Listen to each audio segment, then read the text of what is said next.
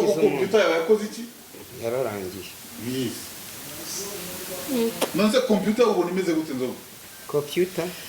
Computer se mudasobwa se? Ndavuga computer yawe dusanze ari ubwonko. Computer nibi bintu dukora ni ubwonko. Nyine wowe ureba computer yawe iyo uyirebye ubona kimeze neza. Imeze neza sha. Computer yanjye imeze neza irajomera igatekereza ibintu byiza. Nimba nimugoroba ngiye kuryama mu kanya nindyama ubwonko bwanjye buratekereza.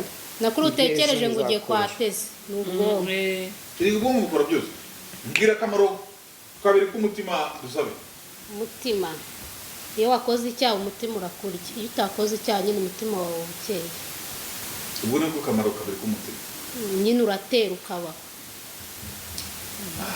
Tubwire icy'umutima uko tumaro tubiri k'umutima. Umutima niwo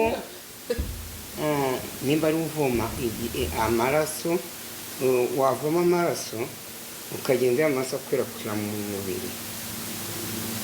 Niyo mpamvu buriya bavuga ngo umutima w'umuntu iyo wahagaze byarangiye yaba wamwuka